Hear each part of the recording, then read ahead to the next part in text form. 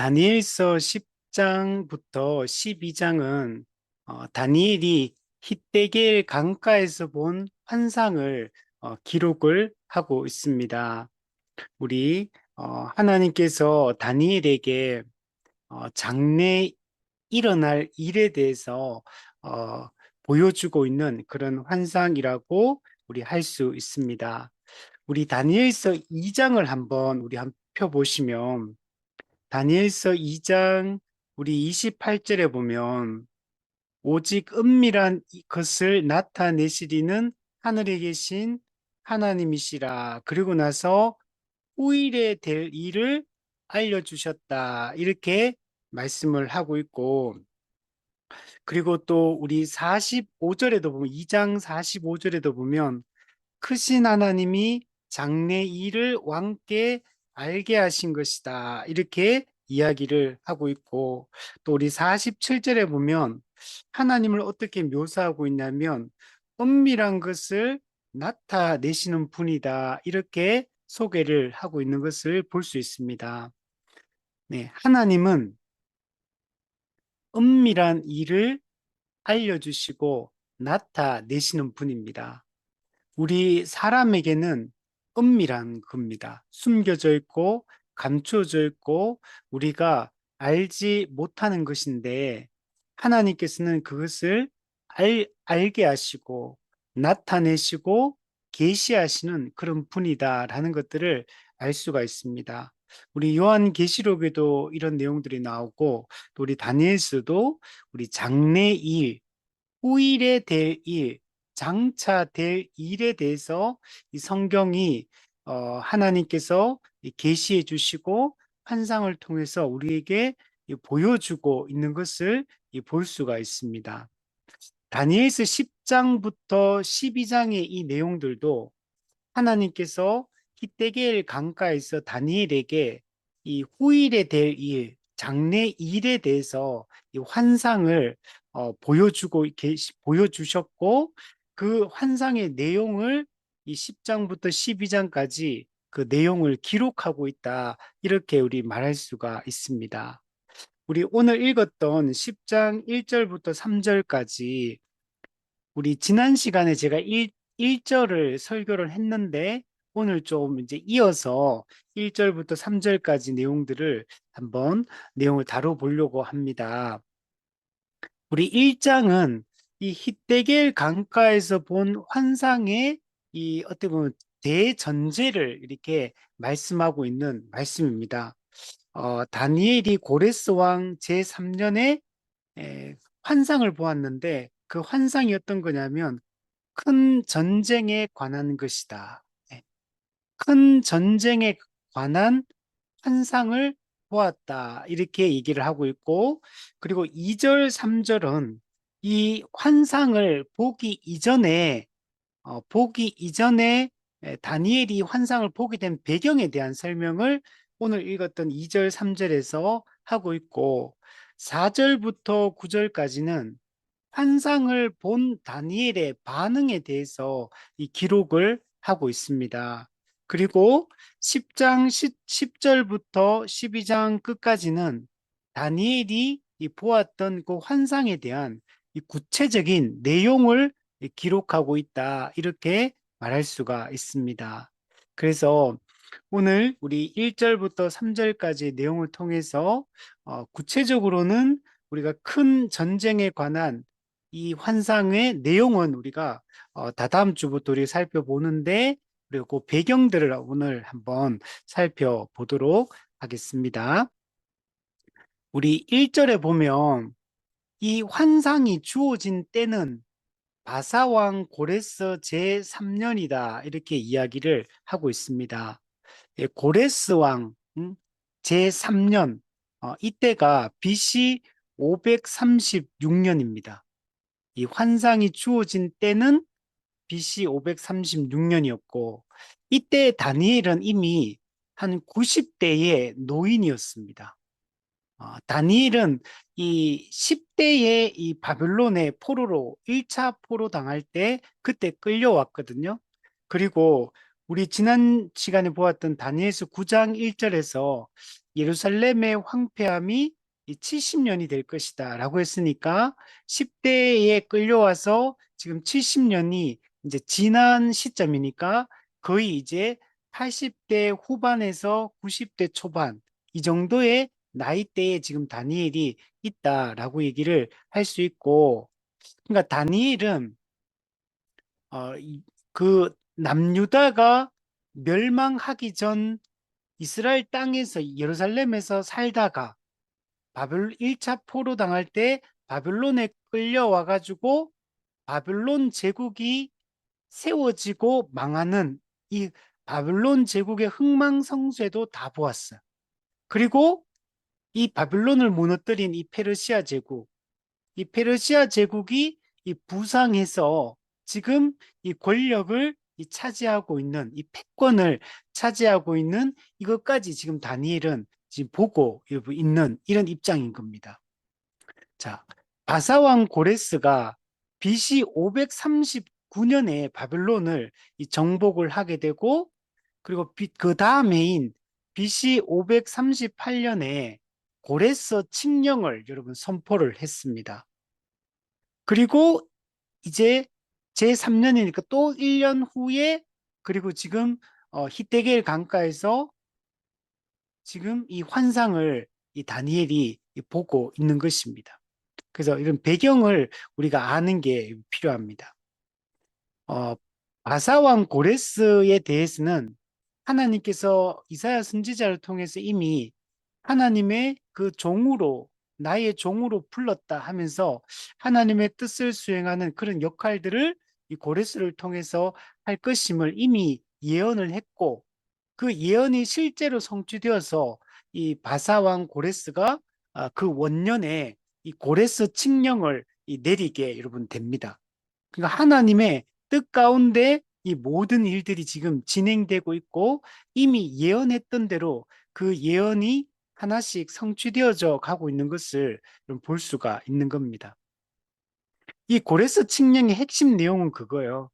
이제 유다인 중에서 누구든지 원하는 자는 예루살렘으로 돌아가서 무너진 예루살렘 성을 건축하고 또 무너진 그 예루살렘 성전을 재건하라, 이렇게 명령을 내린 겁니다.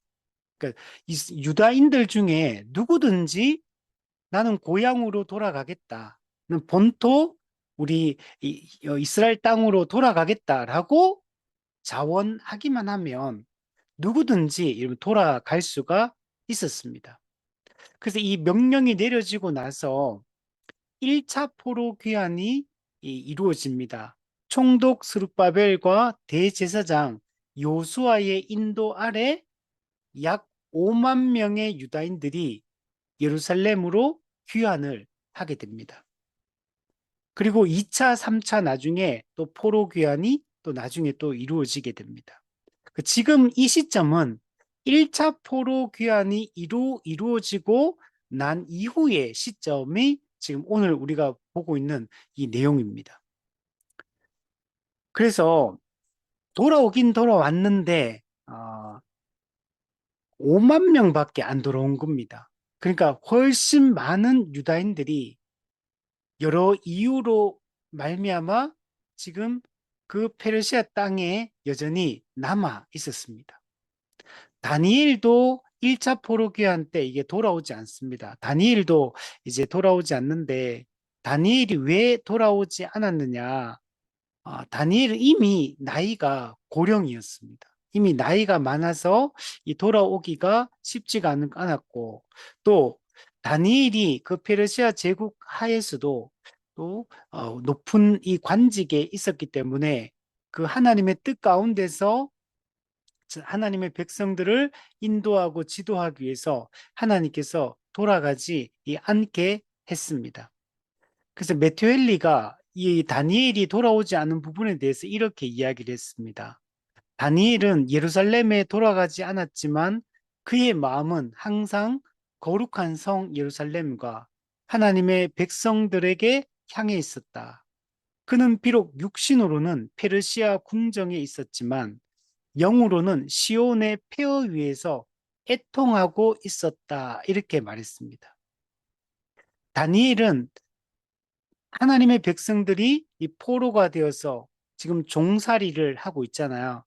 이것에 대해서 안타까워하고 애통해하며 늘 우리 앞에서도 봤지만 항상 그 성전을 향해서 열린 창으로 기도했잖아요. 그러니까 다니엘은 매일 습관을 따라 그렇게 했거든요. 그러니까 다니엘은 한 번도 하나님의 백성과 하나님과 이 하나님의 나라에 대해서 한 번도 잊은 적이 없었습니다. 비록 바벨론 또 페르시아 여기서 이 제국의 이 총리로서 이렇게 살아왔지만 그러나 이 신앙의 정체성을 한 번도 잃어버린 적이 없었고 한 번도 이 세속의 물결에 휩쓸린 적이 없었던 사람이 바로 다니엘이었습니다. 그러나 반면에 그 1차 포로 때 5만 명밖에 안 들어오고 나머지 사람들은 다 그냥 남아 있었거든요. 그리고 2차, 3차 포로 귀환을 할 때 그럼 많이 들어왔느냐? 그때는 훨씬 더 적게 들어옵니다. 그러니까 실제로 1차, 2차, 3차 포로 귀환이 이루어졌지만 실제로 돌아온 사람들은 숫자가 지금 몇만밖에 안 돼요. 그리고 나머지는 전부 다 그냥 그 땅에 눌러 살았던 겁니다. 물론 눌러 살았던 사람들 중에는 이 다니엘처럼 또 에스더 왕비처럼 또는 또 많은 또 하나님의 뜻 가운데서 그 땅에 남아 있었던 사람들도 있었지만 대다수의 사람들이 돌아오지 않았던 이유는 이 하나님과 하나님을 경외하고 섬기는 것에 대해서 마음이 떠났기 때문에 이 세상에 그 70년 동안 이 땅에 살면서 그냥 이 땅의 그냥 문화에 이 세속 문화에 그냥 휩쓸려 버린 것이고 이 하나님의 나라와 그 의에 대해서 이 관심이 무디어져 있었기 때문에 그들은 우상 숭배의 그 문화에 그냥 길들여져 있었기 때문에 돌아오지 않았던 겁니다. 모든 안정되고 정착된 이 모든 생활들을 놔두고 지금 그 이스라엘 땅으로 돌아간다는 것은 여러분 쉽지 않잖아요. 그러다 보니까 그들은 현실적인 것들을 선택하고 하나님의 나라와 그 의에 대해서는 무관심했던 것을 알 수가 여러분 있습니다. 자, 그러나 1차 포로 귀환 자들은 이제 이스라엘 땅으로 돌아와서 제단을 세우고 성전의 기초를 놓기 시작합니다. 이게 에스라 3장에 보면 나와요. 근데 에스라 4장에 보면 그들이 포로에서 귀환했지만 대적자들의 엄청난 반대에 직면을 하게 됩니다. 사마리아인들 그리고 그 이외에 또 이전에 그 아수르와 또 혼혈되었던 그 수많은 사람들 또 바벨론인들 일부의 바벨론인들 이 땅에 남아있던 사람들 이게 다 섞여 버렸기 때문에 그러니까 온전한 하나님의 이 백성이라고 하기 어려운 사람들만 가득했거든요. 그래서 그들이 처음에는 이 성전에 자기들도 성전을 건축하는데 동참하겠다 하다가 안 된다 그러니까 나중에는 이제 대적을 하기 시작합니다. 그래서 고레스 때, 다리오 왕 때, 또 그 이후에도 보면 계속 아수르 왕 이렇게 계속 반대하고 핍박하고 이 박해를 하는 것들을 볼 수 있습니다. 이 대적자들의 이 반대 때문에 그럼에도 불구하고 이스라엘 백성들은 열심히 성전 재건을 해야 되거든요. 성전 재건을 멈추면 안 돼요. 성전 재건은 하나님과의 관계를 이어가는 방식이거든요. 하나님 신앙을 붙드는 방식인데, 근데 이들은 성전 재건 공사를 중단을 하게 됩니다. 그래서 15년 동안 이 중단을 하게 돼요. 처음에는 성전을 재건하고 다시 우리가 언약 백성으로서 우리의 이 지위를 공고히 하려고 그런 마음을 시작했지만 반대에 부딪히고 어려운 환경들 이런 것들 때문에 점점 더 이제 하나님의 뜻보다는 나의 안락함, 나의 편안함 이런 것들을 구하기 시작해요. 그게 학개서에 보면 여호와의 집은 지금 세워져 있지 않은데 자기들은 판벽된 집, 화려하게 꾸민 집을 만들어 가지고 자기 집은 아주 화려하게 꾸며 가지고 이 살면서도 하나님의 성전은 재건하지 않고 멈추고 있는 이런 모습들을 볼 수 있고, 그러니까 하나님 신 여호와 신앙이 회복이 안 되다 보니까 그들의 도덕적인 삶도 다 무너져서 이 도덕적으로도 악한 짓들을 하면서 이렇게 사는 것들을 볼 수가 있습니다.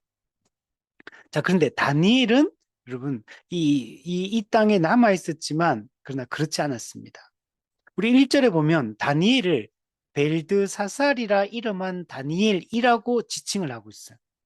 그냥 다니엘에게 나타났다 이렇게 하면 되는데 그냥 벨드사살이라 이름한 다니엘에게 한 일이 나타났다. 그것은 곧 큰 전쟁에 관한 것이다. 이렇게 이야기를 하고 있어요. 이름을 벨드사살, 다니엘 이름 두 개를 다 사용해서 이야기하는 것을 볼 수 있습니다. 이 두 개의 이름은 다니엘의 이중적인 정체성을 보여주고 있거든요. 다니엘은 이 유대식 이름입니다. 하나님은 나의 재판장이시다. 근데 벨드사살이라는 것은 그들이 섬기는 벨신, 벨이여 그의 생명을 보호하소서 이런 뜻이요. 그러니까 누가 주권자냐? 하나님이 주권자임을 인정하는 이름이 다니엘이라면 벨신이 다니엘의 주권자임을 왕임을 말하는 게 이런 벨드사살인 겁니다. 지금 오늘 본문은 의도적으로 이 두 가지 이름을 모두 다 여러분 사용을 하고 있는 겁니다. 여기에 대해서 칼빈은 뭐라고 얘기했냐면 다니엘은 바벨론 이름을 받았지만 그는 결코 바벨론 사람이 되지 않았다. 그의 외적 정체성은 포로였지만 그의 내적 정체성은 하나님의 사람이었다. 이것은 우리가 이 세상에 살지만 이 세상에 속하지 않은 것과 같다. 이렇게 말했습니다. 다니엘은 벨드사살이라는 이름이 주어졌고 그 이방 땅의 총리로서 이렇게 살아갔어요.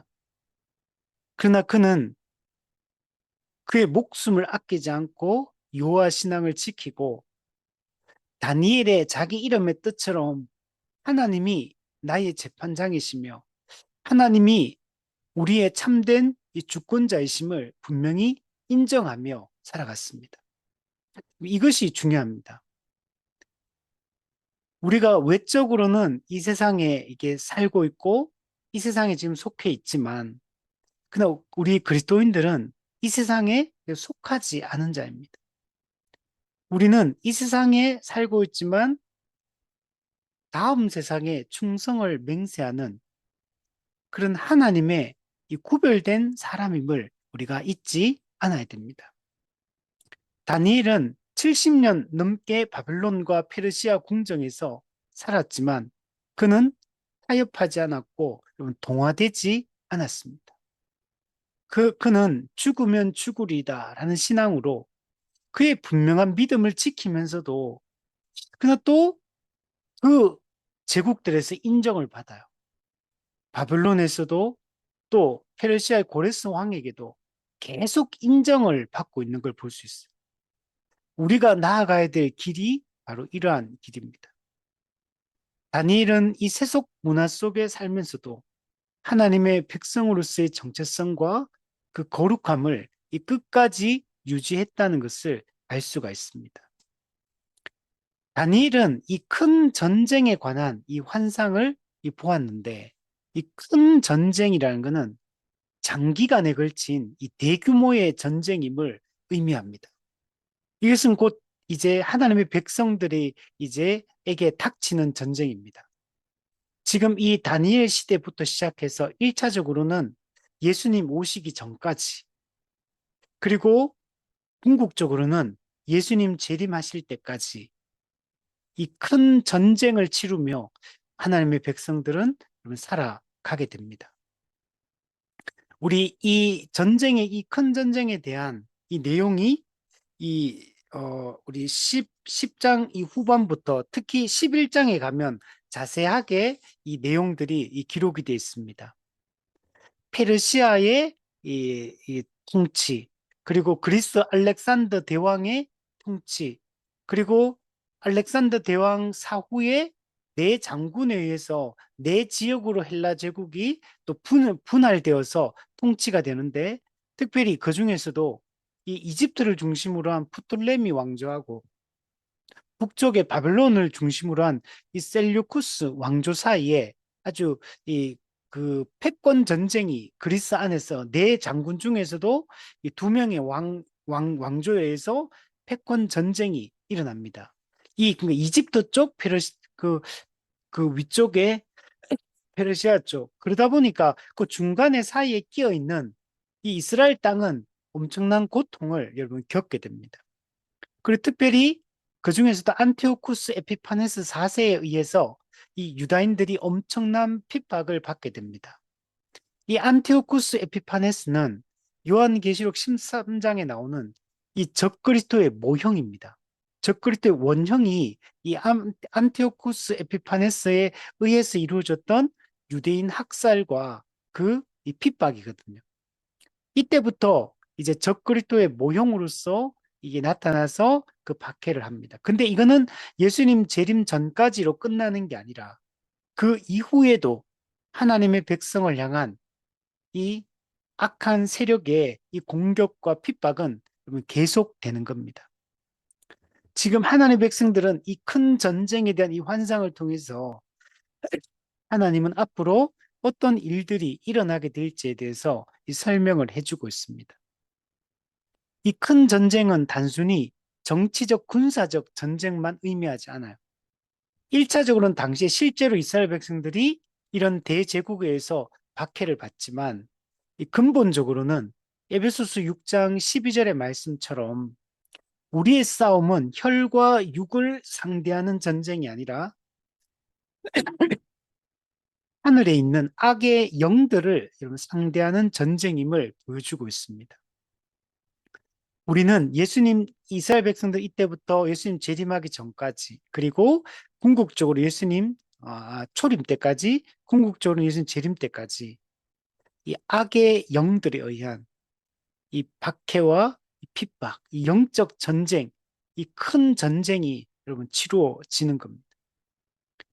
매튜 풀은 이 환상에 대해서 설명을 해주는데 세 가지 차원의 전쟁이 있다 이렇게 얘기합니다. 첫 번째는 땅 위에서 벌어지는 왕국들 사이의 전쟁. 두 번째는 하나님의 백성들이 겪는 영적 전쟁. 세 번째는 우리 하늘에서 벌어지는 이 선한 천사와 악한 천사, 이 마귀 사이에 벌어지는 이 하늘 전쟁. 이 세 가지 전쟁은 서로 연결되어 있고 궁극적으로는 이 전쟁의 성격은 어떻게 규정할 수 있냐면 하나님 나라와 사탄의 나라 사이에 우주적 투쟁의 일부다 이렇게 얘기했어요.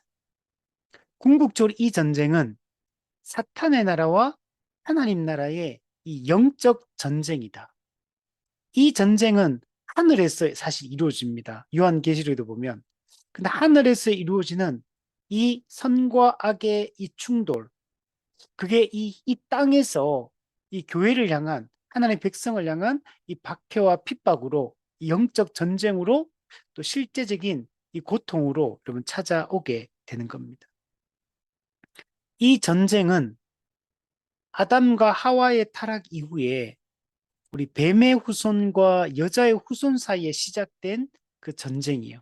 그때 시작된 이 큰 전쟁이 지금도 계속되고 있고 예수님 재림하실 때까지 이 전쟁은 멈추지 않는 전쟁입니다. 그래서 하나님께서는 다니엘에게 앞으로 이 펼쳐질 예수님 초림 때까지 그리고 예수님 재림 때까지 어떤 일들이 펼쳐질 것이며 하나님께서 어떻게 역사를 이끌어 가실지에 대해서 지금 이 환상을 통해서 알려주고 있는 겁니다. 결국에는 어떻게 되냐면 하나님의 나라가 승리를 하게 됩니다. 우리 다니엘서 2장에 보면 이미 이 이야기는 이미 했었어요. 그 느부갓네살 왕이 보았던 금신상 환상 때 사람의 손이 닿지 않은 이 뜨인 돌에 의해서 이 금신상이 무너지게 될 것을, 그리고 그 돌무더기가 태산을 이루게 될 것임을, 온 세상에 그 돌무더기가 가득하게 될 것임을 이미 말씀을 하셨습니다. 우리 다니엘서 9장에서도 우리가 또 그런 내용들을 살펴볼 수 있었어요. 그래서 결국 어떻게 되냐면 이 여러 왕들의 시대에 하늘의 하나님이 한 나라를 세우시리니 이것은 영원히 망하지도 아니할 것이요 그 국권이 다른 백성에게로 돌아가지도 아니할 것이요 도리어 이 모든 나라를 쳐서 멸망시키고 영원히 설 것이다. 결국에는 이 모든 것들이 어떻게 종결될 것인가를 명백하게 알려주고 여러분 있는 겁니다. 실제로 그래서 우리는 이 최종 운명, 이 궁극적인 이 결과에 대해서 이미 알고 우리는 사는 자들이고, 특히 우리 신약 시대를 사는 우리 성도들 같은 경우에는 그리스도, 우리의 만왕의 왕이 되신 그리스도의 그 사역과 그 통치로 말미암아, 그리고 이 성령님께서 오심으로 이 모든 구원을, 이 최종적인 구원을 우리에게 보증해 주고 있기 때문에 우리는 사실 두려워할 필요가 없어. 근데 이거는 다니엘도 마찬가지예요. 다니엘에게도 이것을 알려주시고 이걸 기록하게 하십니다. 그리고 최종적인 이 결과도 어떻게 될지가 이 다니엘서에 기록이 이미 다 되어 있는 겁니다. 그래서 우리는 이런 영적 전쟁을 치르며 이 큰 전쟁을 치르며 살게 되겠지만 그냥 우리가 두려워할 필요가 없다는 것을 잘 보여주고 있습니다. 우리 다니엘은 이 환상의 의미를 충분히 깨달았습니다. 그래서 단순히 환상을 보기만 한 것이 아니라 다니엘은 이 환상의 내용을 이해를 했습니다. 그는 성령의 조명하심 때문에 이게 가능했습니다. 자, 그리고 나서 2절, 3절은 1절에서 이 히데겔 강가에서 본 환상에 대한 대전제를 얘기하고 나서, 그리고 2절, 3절 요거는 실제로 이 환상을 보기 전에 다니엘이 뭘 하고 있었는지를 보여줍니다. 다니엘이 세일에 동안 금식 기도를 했다, 이렇게 얘기해요. 그리고 이 세일에 동안 금식 기도를 하는 도중에 하나님께서 이 환상을 보여주신 거예요. 그리고 그 환상을 이 기록을 한 겁니다. 자, 그 내용들을 한번 살펴보면 우리 2절, 3절에 보면 그때에 나 다니엘이 세일에 동안 슬퍼하며 세일에가 차기까지 좋은 떡을 먹지 아니하며 고기와 포도주를 입에 대지 아니하며 또 기름을 그 몸에 바르지 않았다. 그럼 이게 다니엘이 그때에 세일에 동안 슬퍼하며 하나님 앞에서 이 금식 기도를 드렸다. 이 금식 기도를 드리는 중에 여러분 환상을 여러분 받게 된 겁니다. 우리 아직 읽진 않았지만 우리 12절 말씀에 한번 보시면 천사가 다니엘에게 이렇게 다니엘아 두려워하지 말라. 내가 깨달으려 하여 내 하나님 앞에 스스로 겸비하게 하기로 결심한 첫날부터 내 말이 응답받았으므로 내가 내 말로 말미암아 왔느니라. 네. 여러분, 다니엘이 지금 깨달으려 하여 스스로 겸비하게 하기로 결심한 첫날부터 이미 다니엘의 말이 하나님께 응답을 이미 받은 거. 그리고 내가 네 말로 말미암아 왔다. 이렇게 지금 얘기를 하고 있는 겁니다.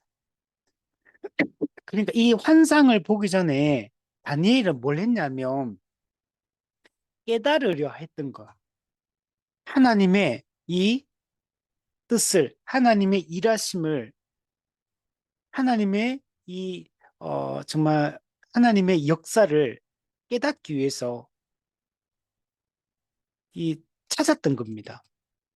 스스로 하나님 앞에서 정말 백성들을 우리 앞에서도 봐준 자복하며 이 겸손히 하나님 앞에 그 은혜를 구했던 것처럼 다니엘이 이 환상을 보기 전에 이런 태도로 하나님을 찾았다는 것을 볼 수가 있습니다. 이때 하나님이 이 환상을 통해서 하나님이 자신의 계시를 여러분 내려준 겁니다. 이 태도가 매우 중요한 것. 다니엘은 항상 하나님을 간절히 찾았어요. 지금 하나님의 백성이 어떻게 됐습니까? 언약을 파기한 결과로 지금 포로 당해가지고 지금 언약 백성다운 삶들을 못 살고 있잖아. 그래서 다니엘은 이게 너무 애통하고 너무나 하나님께 죄송하고 이런 마음으로 이렇게 늘 살고 있었거든요. 이게 평상시에도 늘 다니엘은 이런 마음으로. 그래서 하나님의 뜻을 찾고 간절히 구하고 하나님의 은혜를 정말 구하며 이렇게 지냈거든요. 지금 이게 그 일상에도 늘 하루에 3번씩 하나님께 예루살렘을 향해서 열린 창에서 기도했다 그랬잖아요. 그때도 그 은혜를 구했지만 지금 이거는 세 일회 동안 3주 세 일회 그래서 이거 21일 우리 보통 교회에서 금식기도 하면 21일 금식기도 막 하잖아요. 그게 여기서 나온 거예요. 그래서 세 일회 동안 특별히 평상시에도 늘 하루 3번씩 하나님의 은혜를 구하고 하나님의 역사를 기대하고 하나님의 뜻이 이루어지기를 꿈꾸며 기도했지만 지금 특별히 이 예레미야를 통해서 예루살렘의 황폐함이 70년 만에 그친다는 그 깨달은 이후부터 이제 포로 귀환의 때가 가까웠거든요. 지금 시간이 다 지났기 때문에 다니엘은 이제 하나님의 뜻을 구하며 앞으로 이 하나님의 백성들이 살아갈 그 날들을 생각하며 간절히 이 은혜를 구하고 있는 것을 볼 수가 있습니다. 하나님은 자신을 찾는 자에게 자신을 나타내시고 계시하시는 분입니다. 예레미야 29장 13절에 보면 너희가 온 마음으로 나를 찾고 찾으면 나를 만나리라. 잠언 8장 17절에 보면 나를 간절히 찾는 자가 나를 만날 것이니라. 히브리서 11장 6절 하나님은 자기를 찾는 자들에게 상 주시는 이심을 믿어야 할지니라. 예수님께서도 말씀했죠. 구하라, 찾으라, 두드리라 말씀했죠. 누구든지 문을 열면 내가 그에게 들어가 그와 더불어 먹고 그는 나로 더불어 먹으리라. 우리는 간절히 하나님을 찾는 자가 돼요. 우리 철로역정에도 보면 이 큰 믿음과 작은 믿음의 큰 차이가 뭐냐면 하나님을 찾느냐 찾지 않느냐 또 찾는데 간절히 하나님을 찾느냐 그의 얼굴을 구하느냐 구하지 않느냐 이게 큰 믿음과 작은 믿음의 차이 왜곡되고 잘못된 믿음과 참된 믿음의 차이를 나타내는 것들을 볼 수가 있어요. 진짜와 가짜 사이도 그렇지만 작은 믿음과 큰 믿음의 차이도 얼마나 하나님을 찾는 자인가 얼마나 하나님의 뜻을 구하고 그 뜻에 순종하기를 구하는 자인가 이게 큰 차이를 만들어내는 것들을 볼 수 있습니다. 청교도 토마스 와스는 이렇게 얘기합니다.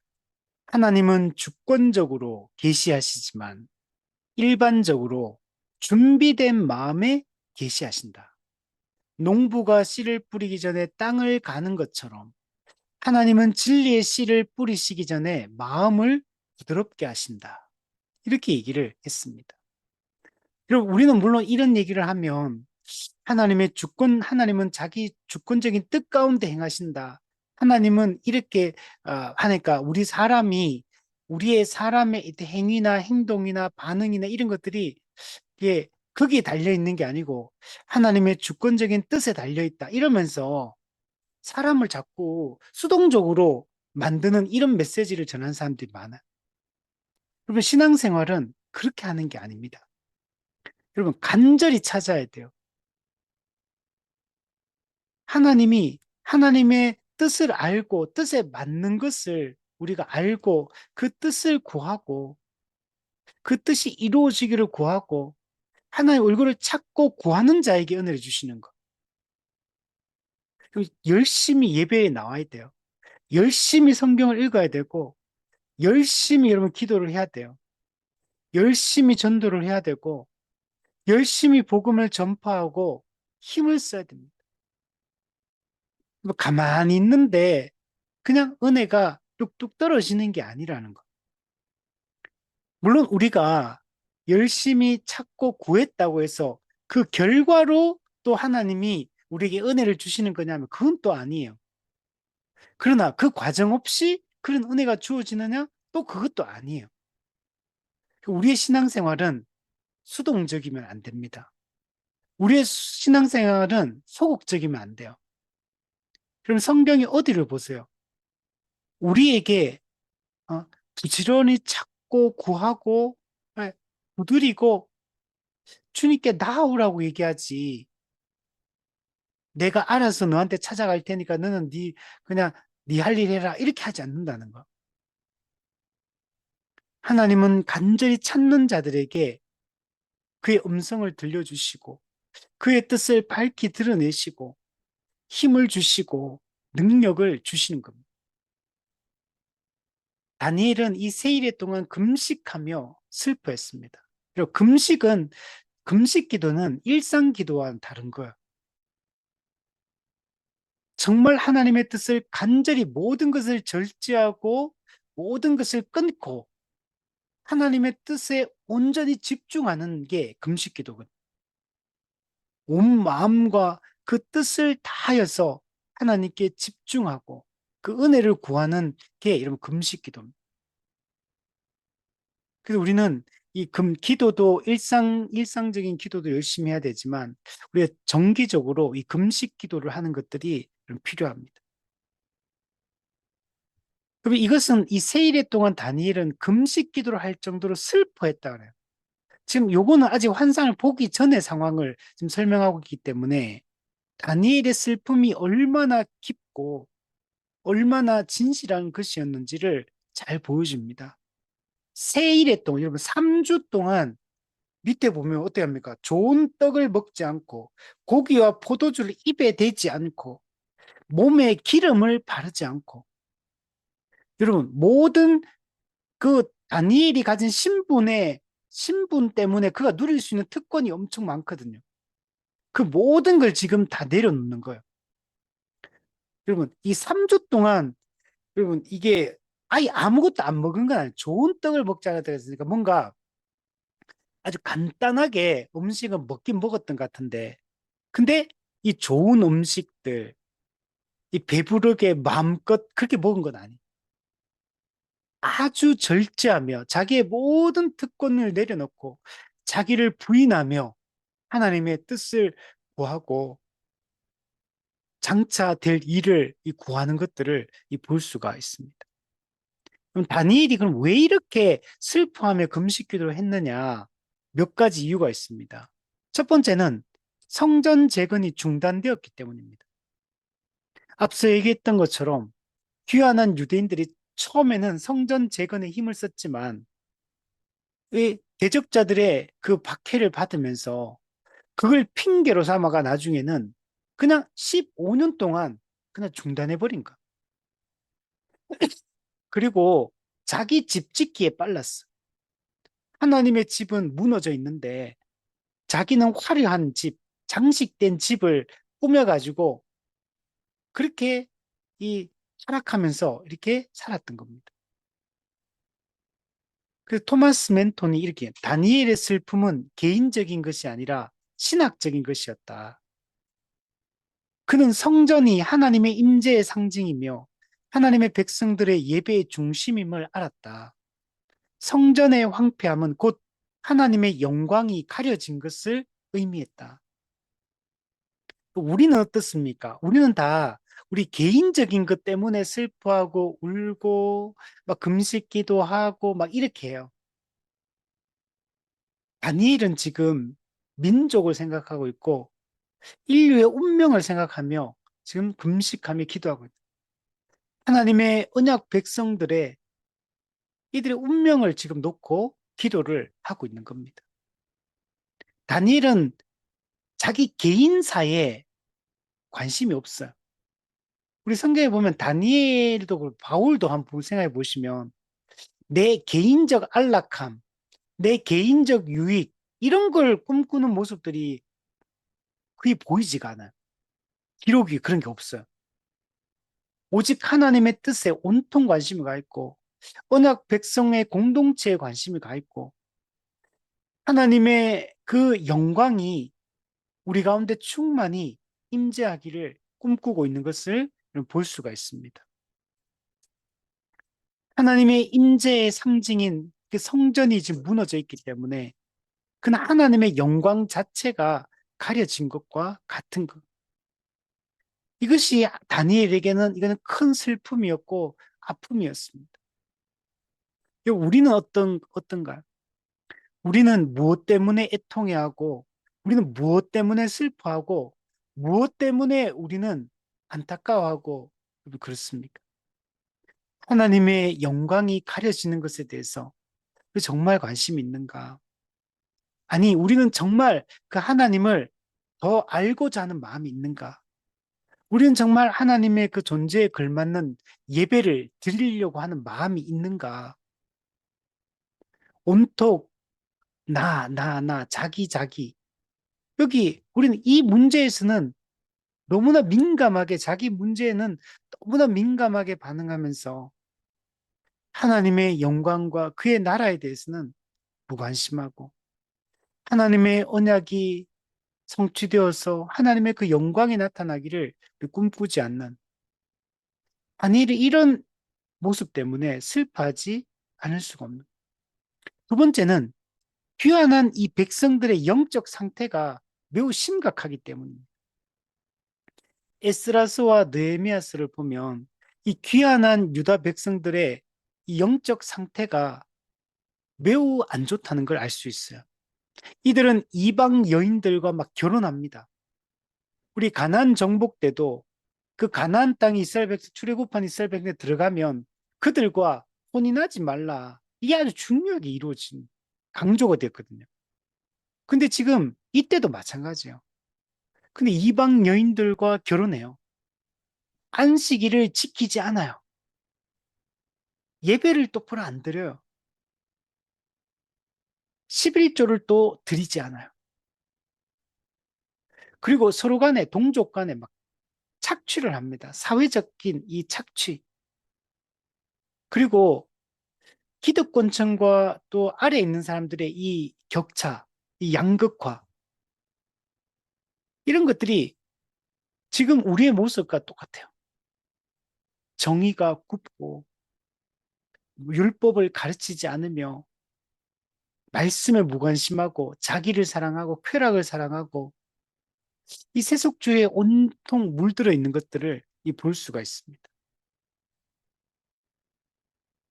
리차드 십스는 이런 얘기를 합니다. 하나님의 참된 종들은 백성들의 죄 때문에 슬퍼한다. 모세는 금송아지 사건 후에 40일을 금식했고 에스라는 백성들의 죄 때문에 옷을 찢었으며 예레미야는 내 백성의 상처 때문에 나도 상처를 입었다고 애통해했다라고 이렇게 지적합니다. 하나님의 참된 종들은 하나님의 영광이 훼손되고 하나님의 백성들이 그 죄를 지으며 살아가는 것들을 애통해하고 여러분 슬퍼하며 금식하며 기도하는 것을 볼 수가 있습니다. 세 번째는 앞서 얘기했던 것처럼 수많은 사람들이 포로기한 자체에 관심이 없어요. 그럼 포로 당하는 것은 영적으로 이들이 패망하는 걸 상징하고 포로귀환은 영적으로 이들이 회복되는 걸 상징하거든요.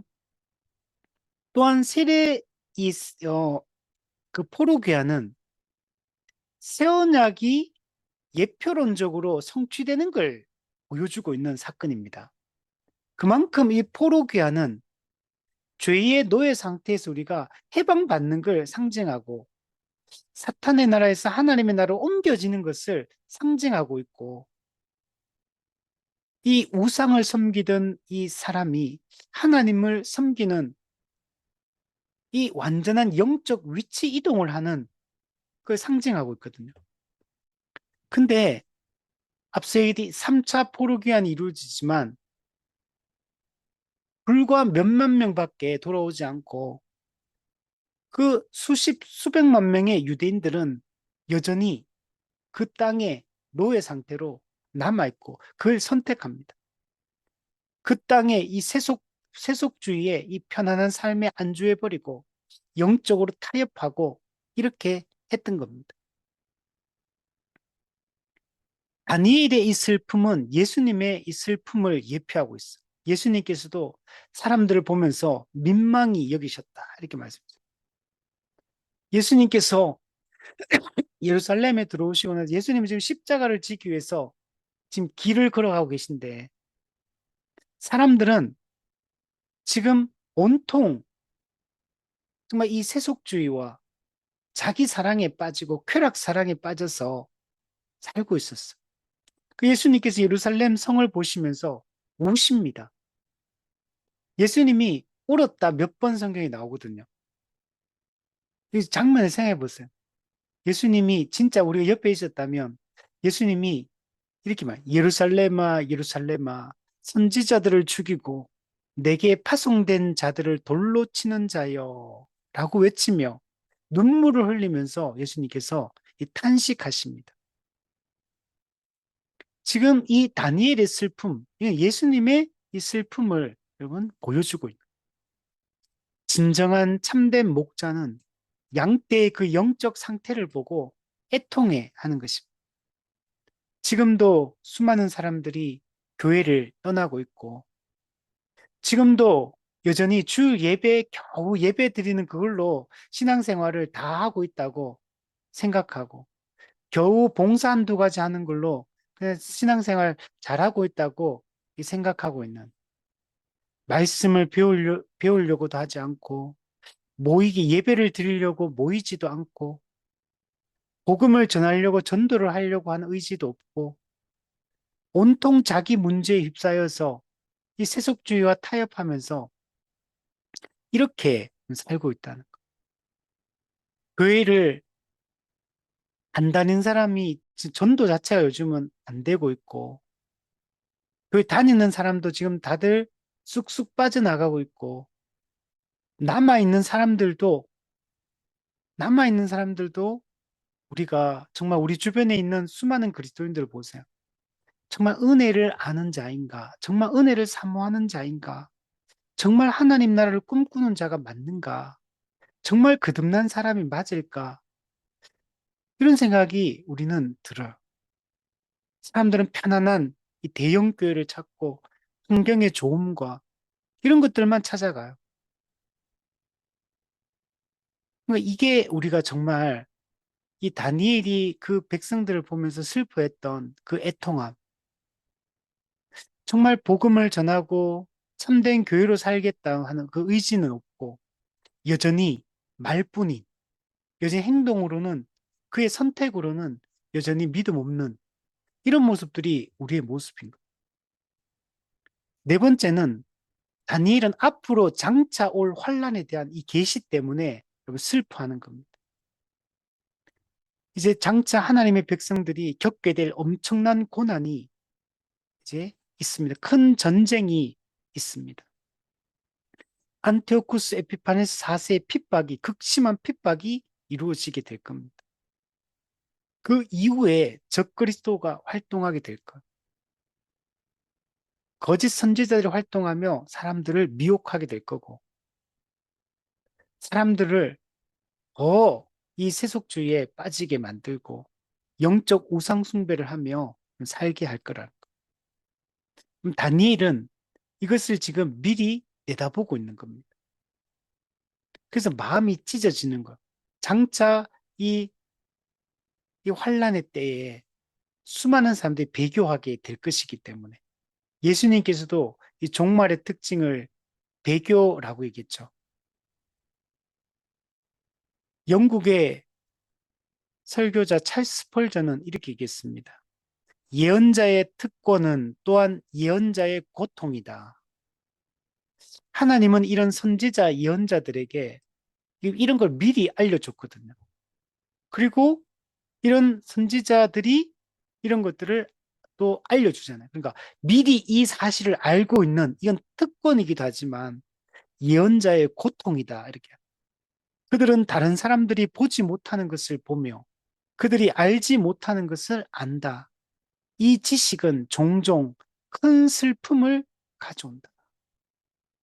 이걸 미리 아는 자가 이제 다음 주 우리 보게 되겠지만 우리 7절 말씀에 한번 보시면 이 환상을 나 다니엘이 홀로 보았고 나와 함께한 사람들이 이 환상은 보지 못하였어도 그들이 크게 떨며 도망하여 숨었느니라.